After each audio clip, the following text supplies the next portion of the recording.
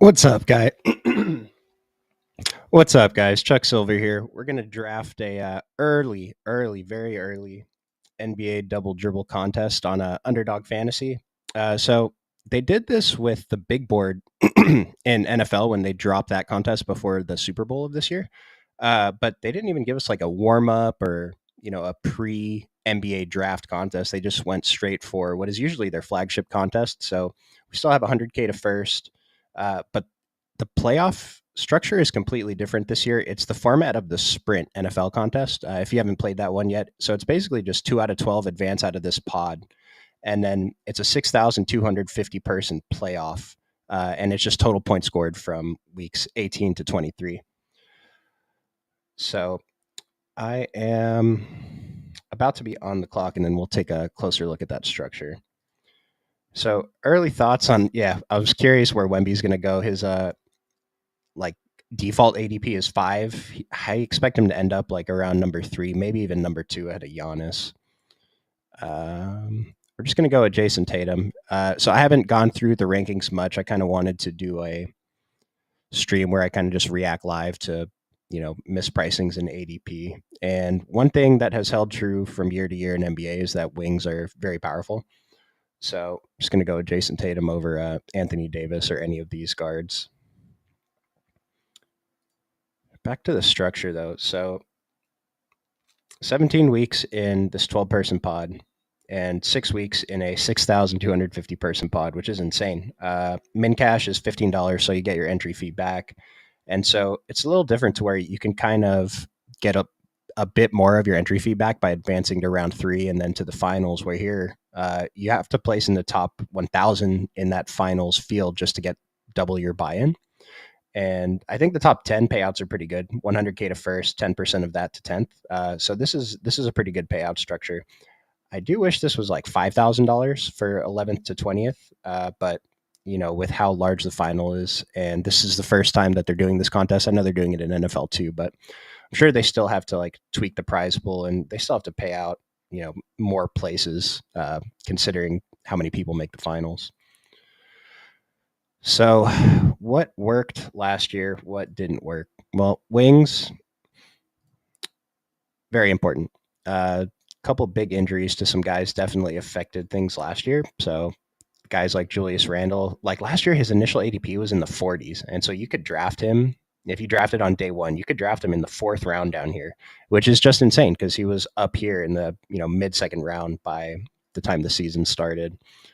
I think I'm just going to go right back to Julius Randle, even though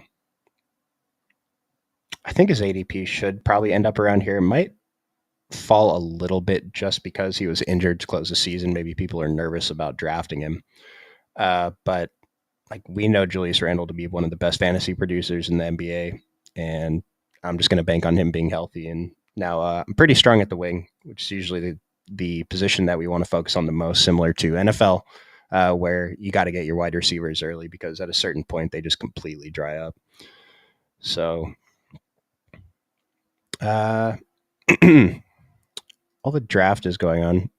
So I had my this is my dance roster. I'm currently in 3rd in the NBA playoff contest. I'm streaming this the day after Game 2. If you're watching this on replay, and I don't expect this to hold. I'll be very happy if I just finish top 10. It's a pretty big pay jump from 10th to 11th, 5K for 10th, 2,500 for 11th.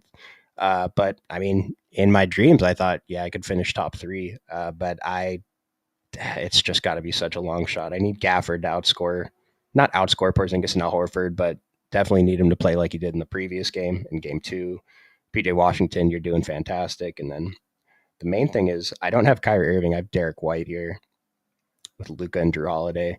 These guys essentially have the same team, except they do have Kyrie Irving, but then they also have Jaylen Brown and Jason Tatum. So unless Derek White outscores both those guys, it'll be pretty hard for me to catch up.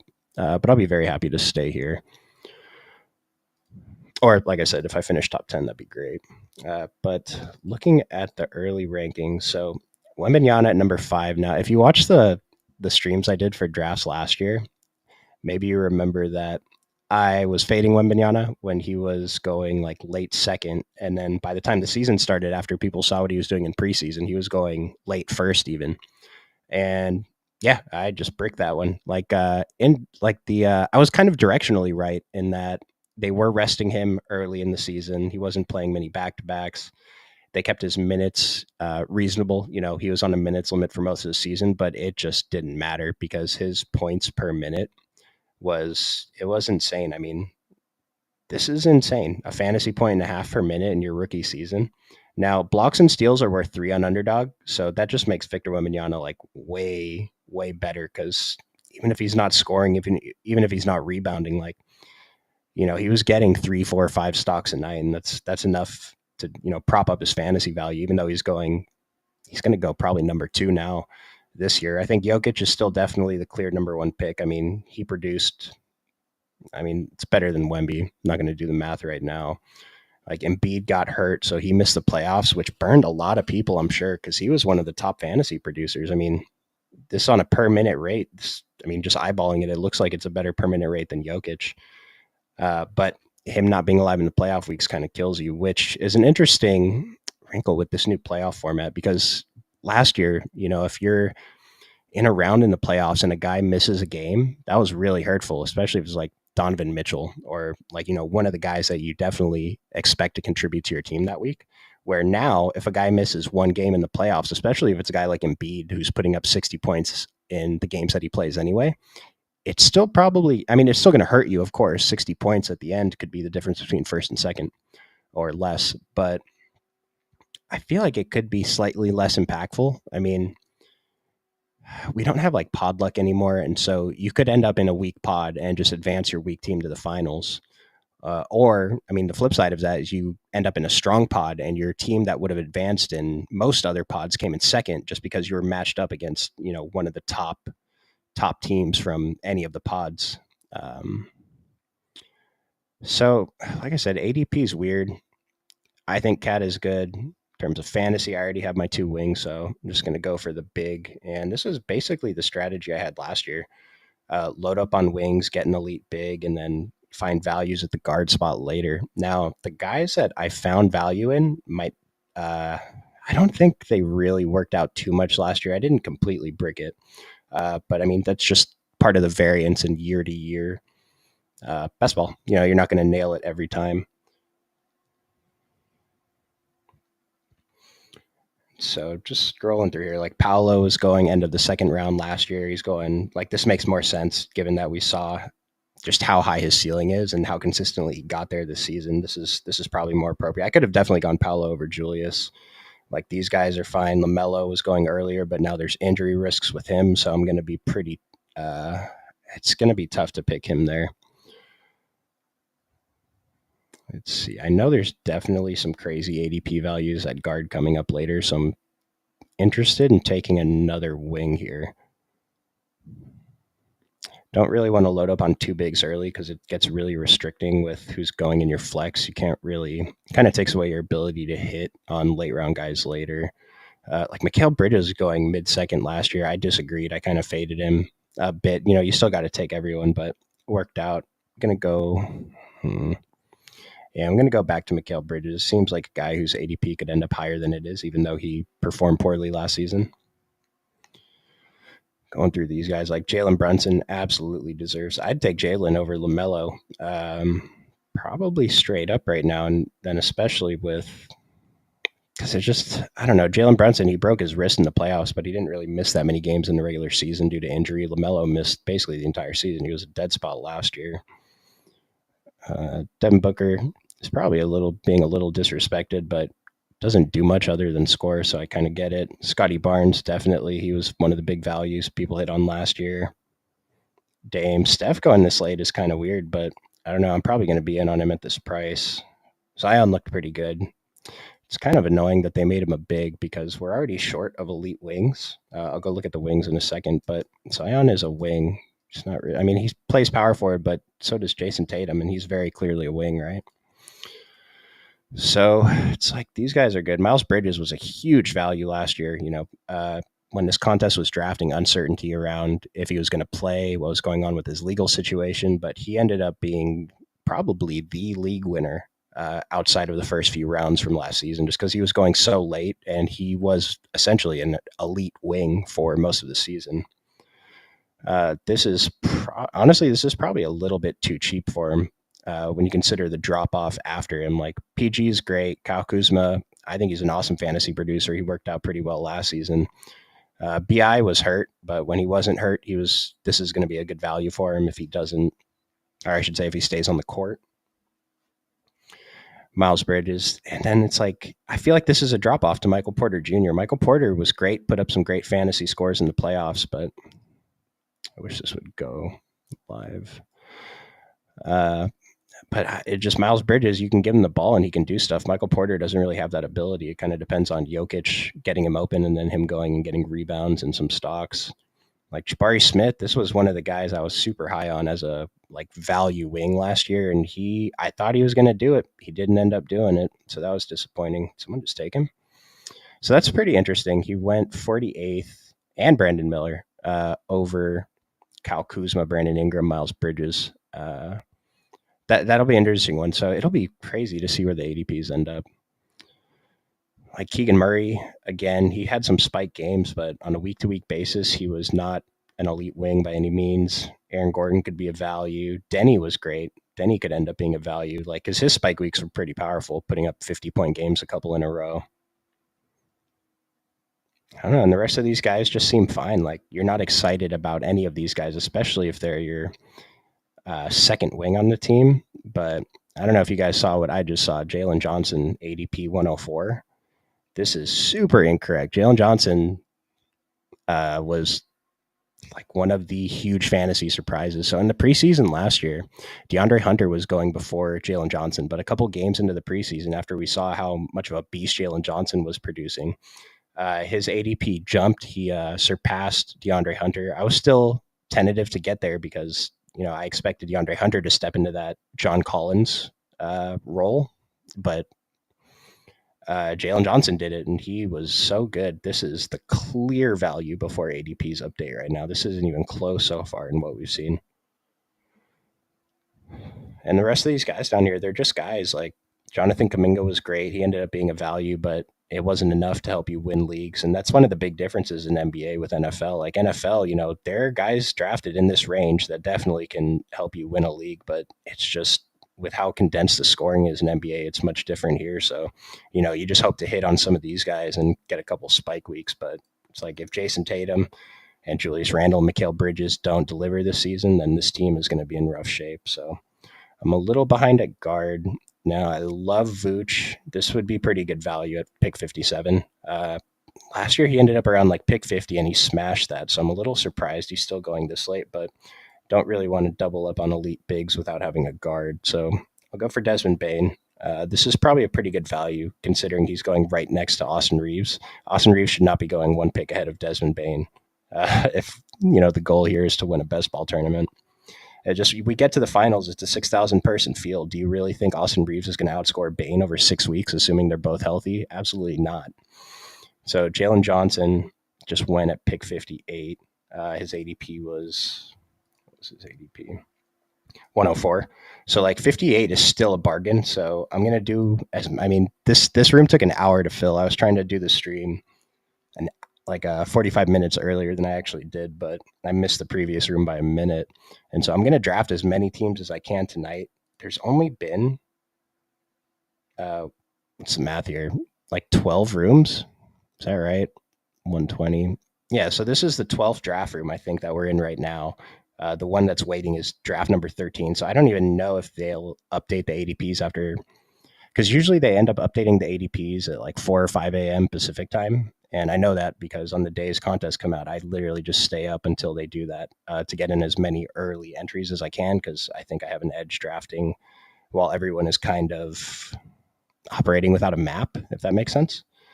But I don't know if this is enough drafts to really update it and be meaningful. So even if they do update early tomorrow morning, then it's still going to be such an edge.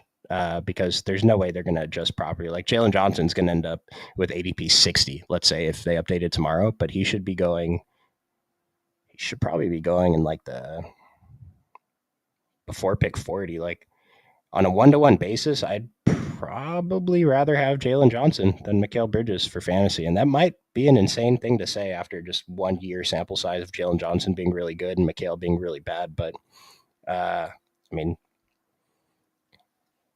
I was just hoping, I guess, that I could get Jalen Johnson a little bit later. And so we see these elite bigs up here. So that could be an interesting note to see where these elite bigs end up going later, because we might be able to get some insane value on these guys. Just trying to see if there's anyone who's super wrong that I want to reach on. Like Tyler Harrow's, Emmanuel quickly are way wrong. We're going to take CJ McCollum, hope one of those guys slides to us. But like back to the guard value that we can find later in the draft, especially now, and probably for a couple weeks until there's at least a couple thousand drafts done. These guys are going to continue to be mispriced. And yeah, so like even if the ADPs adjust tomorrow, they're not going to adjust nearly enough to where these guys are at their true value.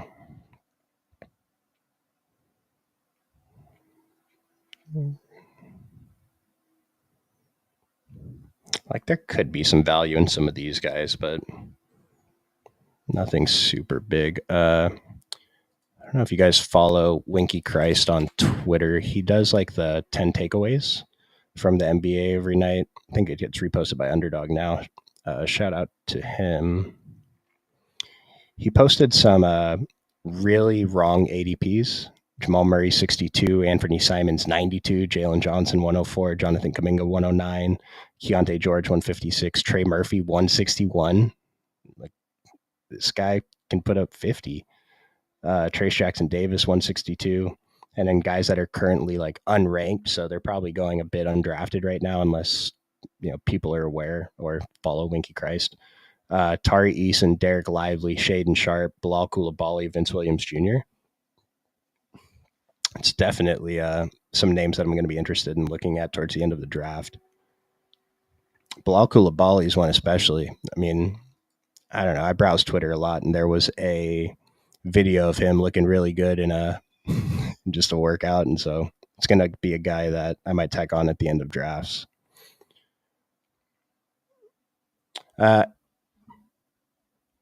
Appreciate anyone watching. If you have any questions you want to talk about the NBA Finals, or if you even want to talk about NFL best ball, go ahead, just throw it in the chat. We can talk about whatever you guys want.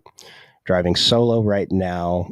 Wasn't expecting many viewers. This is probably the latest stream Occupy's ever done, but I wanted to get an NBA stream out there on the day this contest drops. So let's take a look at what people are doing. So, I mean, just the builds 3-2-1, 3-1-2, 3-1-2, 2-2-2, 3-1-2. Like it's definitely correct to be balanced. You probably want to fill out most of your starting lineup before you start stacking other positions, unless like clear values present themselves. Goat Meat King. I understand this to be well, I draft with him a lot in like every format of best ball. I'm a little surprised he hasn't taken a wing yet, so I'll see how he handles that. Might just be scooping up the value that he sees at these other positions. I do disagree with taking 3 bigs, especially before you even have one wing. It's just only 2 of these guys can contribute to your team in 1 week, and especially given this playoff format, like. Because the argument with this would be something like the argument for elite QB or elite tight end. I guess elite tight end is more accurate because one of these guys can go into flex, but it's like maybe they just ping pong spike weeks in the playoffs, but that's not a thing anymore. It's a 6,000 person field in the playoffs, so no matter in the finals, yeah, I mean the whole playoffs is just the finals, and so only 2 of these guys are going to contribute to your finals team. And so I'd rather just take a wing. Like even if you don't like Jimmy McHale, you got to take something. And these wings are all going to have higher ADPs probably by the time the drafting really gets going in a couple of months when we get closer to next season. So Austin Reeves fell to 76, so that's definitely much more accurate to what his value is. Jamal Murray went at 51. This is going to be a clear value. Let's see.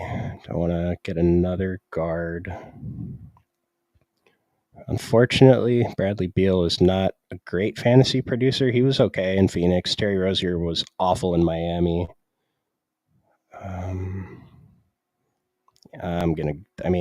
This is so incorrect. And then Jordan Poole at 91, like he was terrible last season. Maybe the Wizards are a little bit better this year.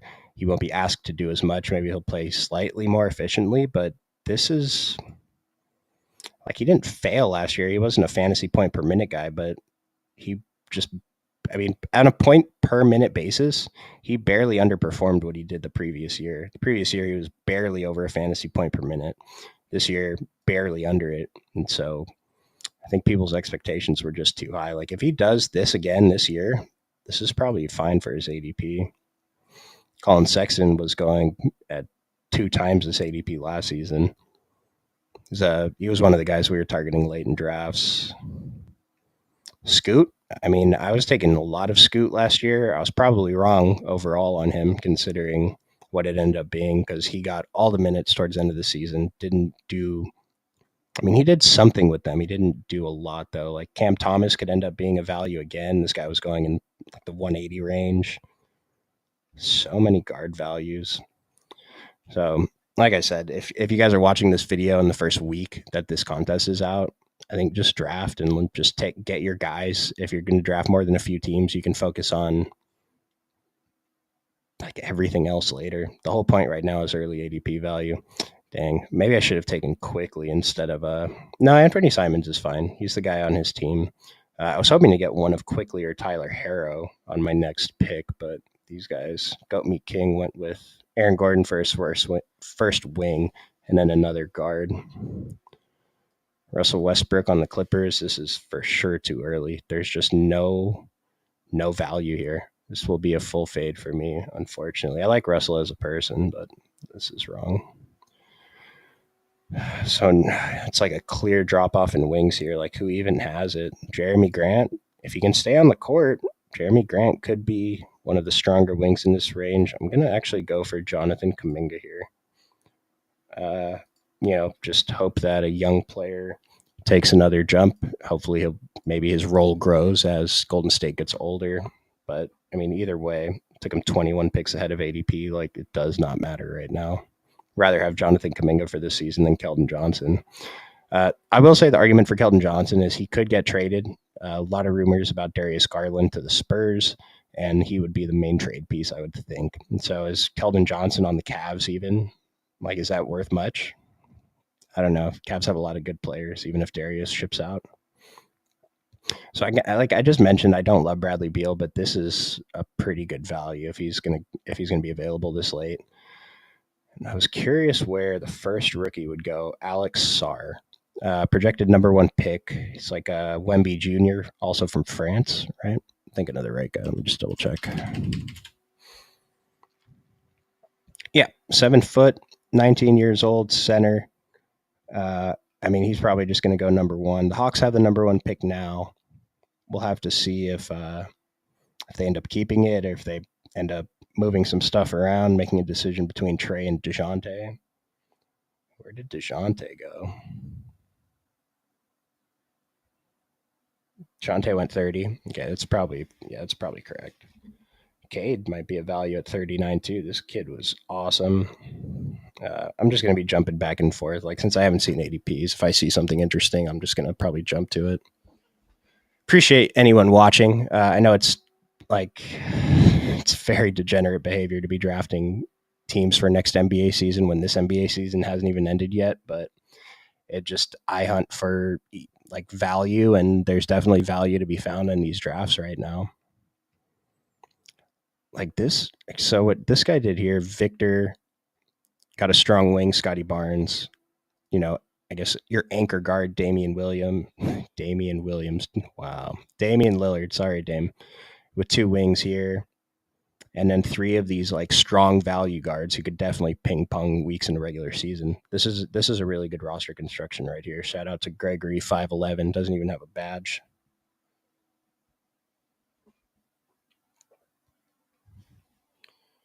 Just make sure everything's okay here.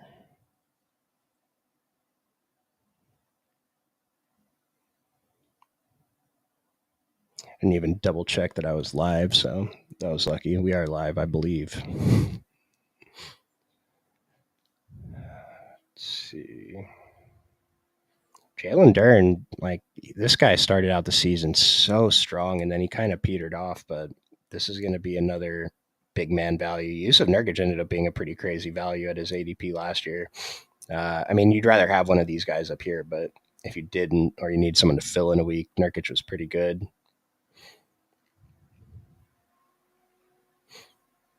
Let's see who we can get next. It's not even wings to pick from ADP now.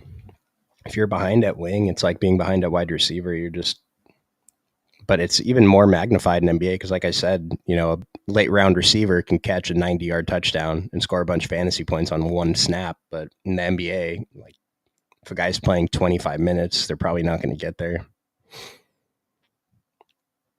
Dante DiVincenzo was really good, but I don't think he's a starter there. Tyus Jones seems like a pretty good value. All these guys, Trey Jones, Malik Monk is fine. Question is, do I want to back up big? I'm actually going to go for Mark Williams. I don't know that there's that many other big men left that I'm going to be interested as backups. I'm probably going to go for 3 total on this team since I have Cat. Mark Williams, I mean, he was great on a per minute basis. He's he's a really good fantasy producer as a center, but we'll see if his minutes can maybe tick up this season. Clint Capella is probably a clear value here too. If I didn't take Mark Williams, maybe I could have taken Clint over Mark Williams, but that's fine. I'll have to get familiar with some of these rookies. It's just such a different dynamic because I don't think I've ever drafted an NBA team without knowing where the rookies are playing. Like for NFL, I guess it's a little different. It obviously affects things, but here it's just they could just get completely buried with not really a path to contributing on the season. Jakob Poeltl value. Like Jakob Poeltl should not be 2 bigs ahead of Mo Wagner and 1 ahead of Mitch Robinson. That's incorrect. I'm sure there's some undrafted guys down here that are draftable at least, but we'll see if we can find those later.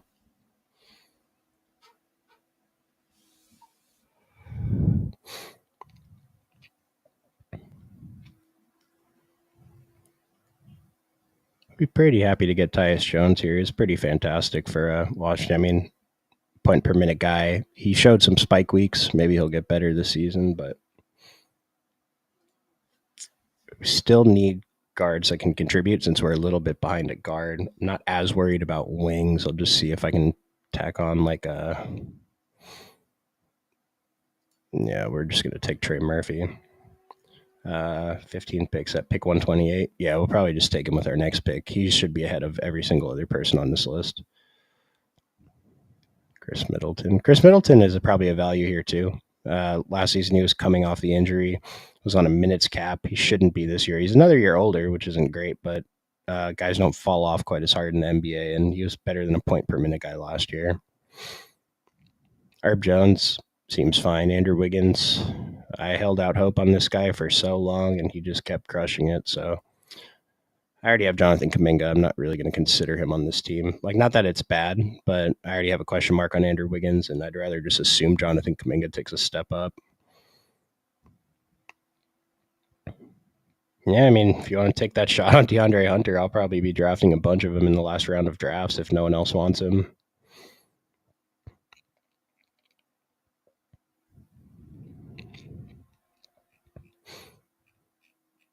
Oh no, Trey Murphy went 117 after. All right, remember that for next time. I don't even know who this is. Matas Buzelis. Should I know who this guy is? Why did he get drafted ahead of Trey Murphy?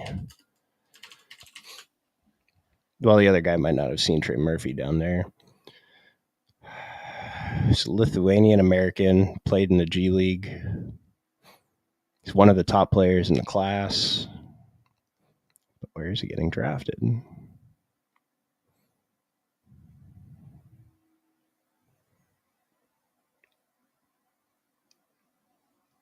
Well, looks like he's projected as a lottery pick. NBA comparison is Hito Turkoglu. Hito Turkoglu, forever immortalized in the great meme song. I think it's called She's a Turkoglu. I'm sure it's still on YouTube. You can find it if you search for it. Turkoglu is good. Don't know anything about this kid. I'm probably not going to start looking into rookies until after the NBA draft. Just do like a quick primer on which rookies I could possibly want to target here. Because, like I said, landing spot in the NBA is a lot more important than landing spot in the NFL.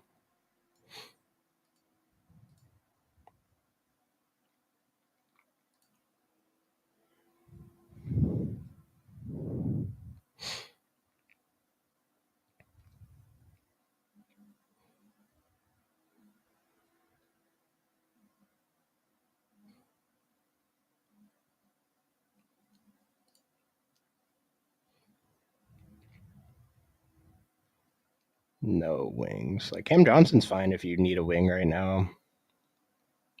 Struess was strong when other guys were hurt, but when they were healthy, his value for best ball is minimal. Sadiq Bey probably fine. Aaron Naismith looked like he maybe took a step. Oh, Nemhard. Where's Nemhard going? I used to think this guy was really not good, and now I think he's kind of good.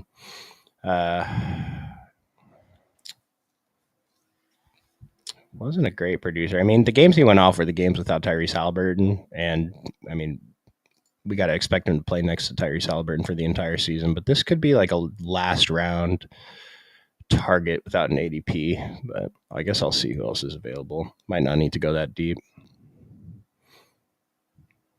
Dennis Schroeder, if he starts for Brooklyn. Spencer Dinwiddie, ADP 122. That's definitely correct.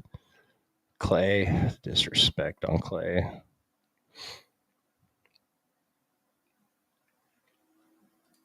I'm going to go with Io DeSunma, actually. I'd rather take a shot on a younger, upcoming guy rather than Dennis. We already kind of know what he is. And, like, Dennis is fine for the best ball team, but at guard, I'm a little weaker, like I just said, so I need to take some moonshots. And Io seems fine. He was pretty good when he got the opportunity. Especially if, like, Zach LaVine leaves, then maybe he can step into the Zach LaVine's usage. Filled up the stat sheet, which is something we really like to see.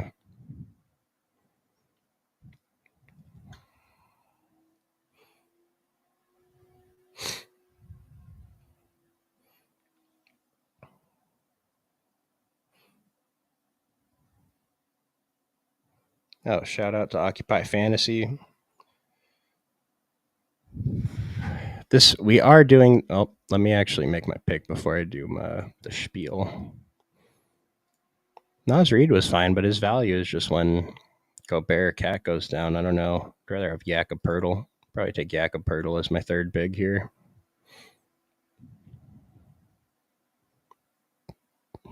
Al Horford.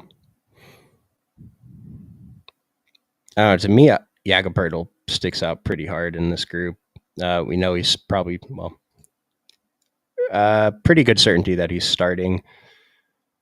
I don't even know if he got to 30 minutes a game this year, but I know he's hurt a bunch, but maybe he can get to 30 minutes a game now that Toronto's, another year older. I guess it doesn't matter much. They just traded Siakam. They're like starting the rebuild right now. They did lose Jonte Porter, though. So it's a few minutes in the rotation. Grayson Allen definitely surprised, but I don't know his, like, the point here now is just trying to find who could have a value in this best ball format for, a full week in the regular season. Like, if someone gets hurt on their team, who's stepping up and, probably scoring fantasy points. Like Bobby Portis, when Giannis goes down, that's a good shout at big. Sadiq Bey kind of stepped up when other guys were out last year. Zach Collins, if Wemby goes down, is a fantastic fantasy producer. Oh, Jordan Clarkson was terrific. We're going to go for him, especially once he was starting. His fantasy value went through the roof. It's just not even close to any of these guys in this range. Like Tim Hardaway going at 155. Is anyone drafting him there? These are the things, like, just completely fade guys like this. Tim Hardaway, he's been out of the rotation.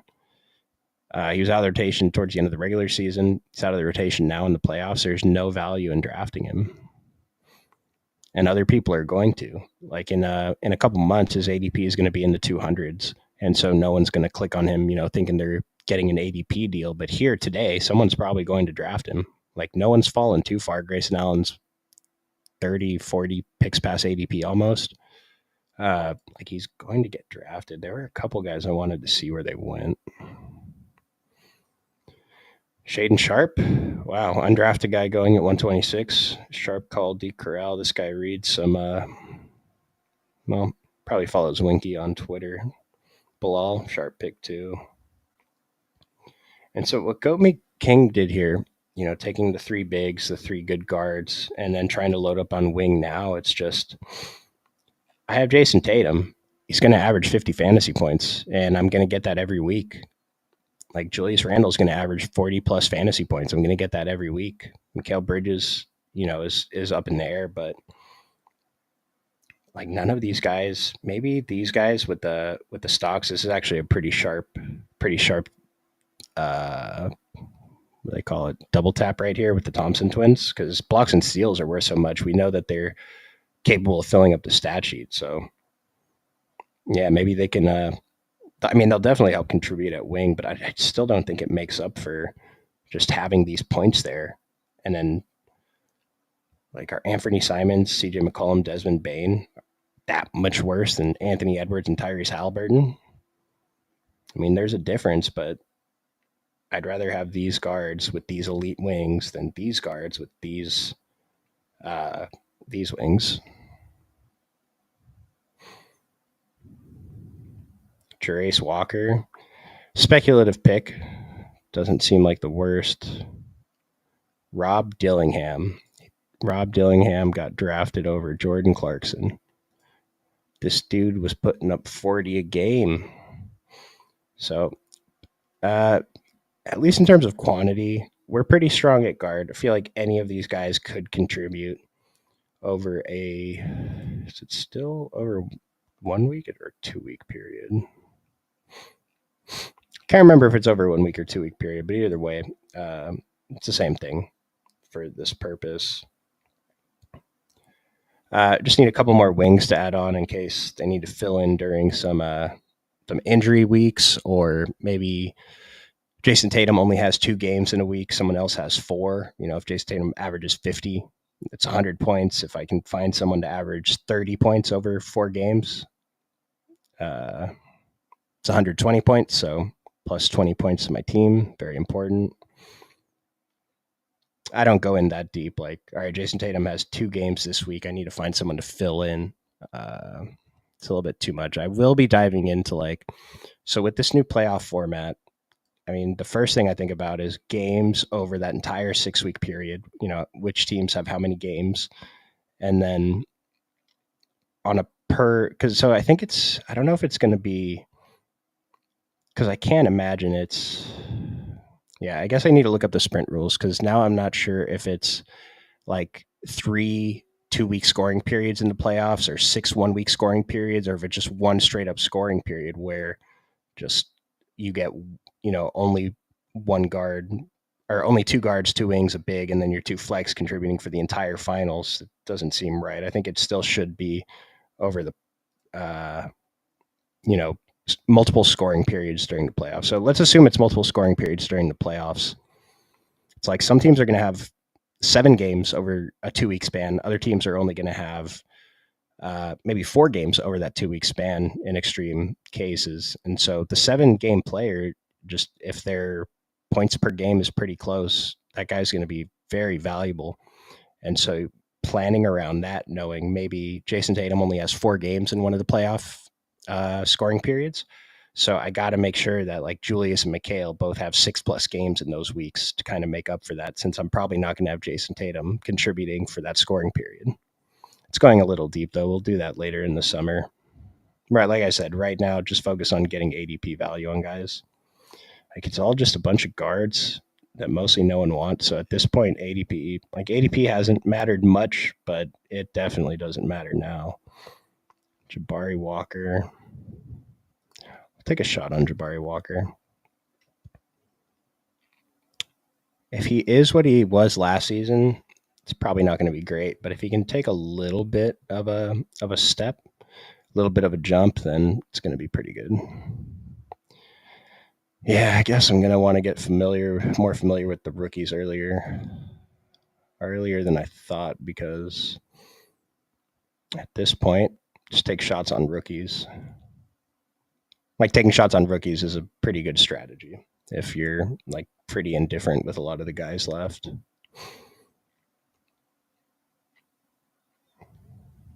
Lano Banton. This is a guy who was a very strong fantasy producer when he got the minutes. Weigh that versus the probability that he actually gets those kind of minutes for any kind of extended period this season. If you think he does, then he's one of the better picks in the whole draft, probably. Like Nikola Jovic has shown a pretty good fantasy production when he's gotten opportunities. Maybe that's a guy. I mean, I've been taking this guy in the last round of best ball drafts, I feel like, since I started playing, but I don't know if he was. I don't know that he's paid off, but we're going to do it again. Yeah, these guys down here are just dead. Nothing going on. I thought it was Keontae George. I was going to say, what are we doing? See if there's some guard value. Dylan Brooks was a terrible fantasy producer, but I feel like he was going much higher last year.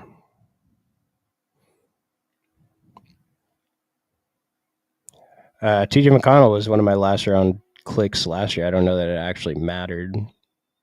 Probably contributed to some teams, but I did not make the finals in this contest last season, so ultimately it didn't matter. Kind of worked out though, but I mean, if you've been watching the playoffs, you know they don't want to play him for as many minutes as he probably could be on the court. Cole Anthony's an interesting one. It's going to slide past ADP.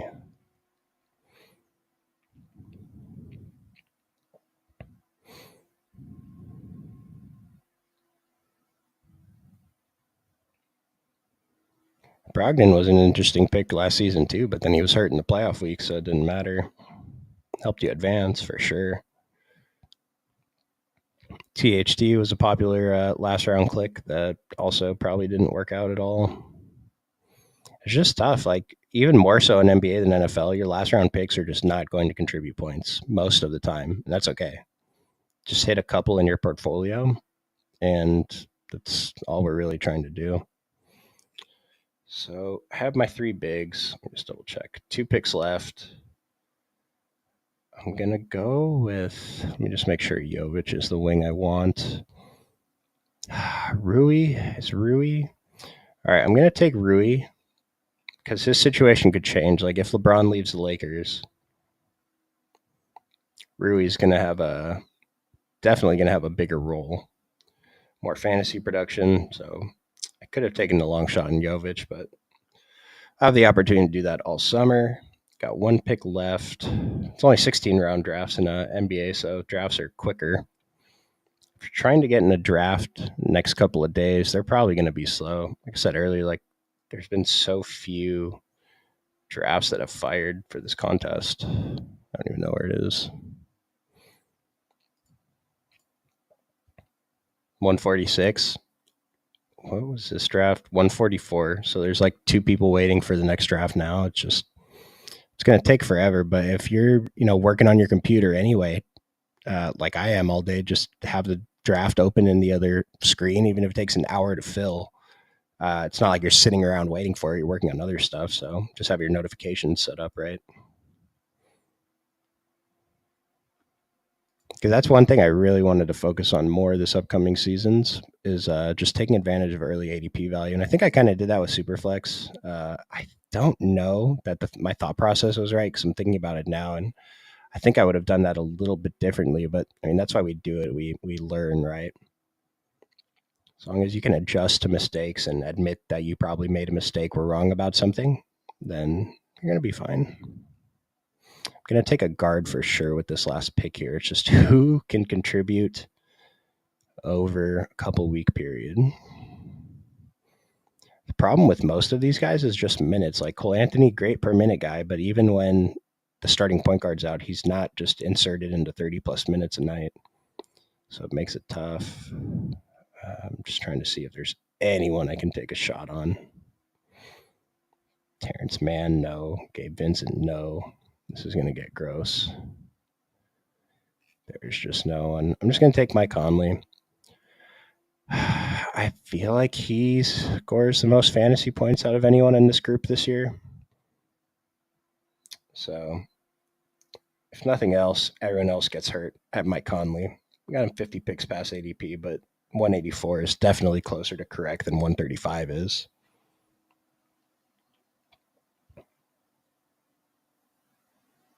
Oh, we got Mark Burns in the chat. What's up, dude? I don't know how long ago you posted it. I kept looking, but no one was chatting. So sorry if I missed that a little earlier. Can't believe it dropped already. Was shocked to see me streaming. Yeah, man. I just like I just mentioned a couple minutes ago. Like one of my big things is getting early ADP value, and so I figured why not stream it. And this is kind of like my first reaction to the rankings too.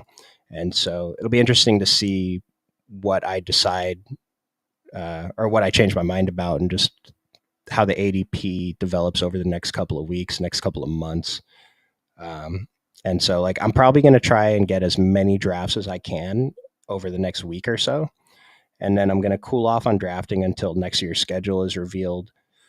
And then, kind of like everything else I'm doing in all of best ball, is I'm probably going to try to get most of my, as many as I can of my drafts closer to the season starting, especially like preseason.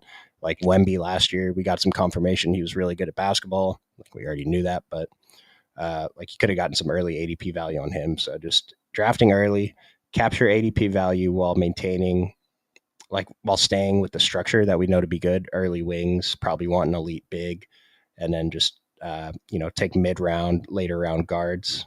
At most, take one elite guard early, and then and then later we can just focus on everything else. Right now, it's just get players is the most important thing. We don't have schedule. There's nothing to strategize about. So really appreciate anyone watching. It's June 10th, 2024. We just finished game 2 of the finals, and we're drafting for the NBA season 2024 to 2025. It's kind of insane, but this is where we are in best ball. The game's only growing. Shout out to Underdog for innovating, giving us a new format. Strategy isn't super studied, so hopefully we can find some edges. We're going to do this again. We'll get some more NBA drafts. Not going to be as quite as often as NFL, but we'll be back for NFL this week too.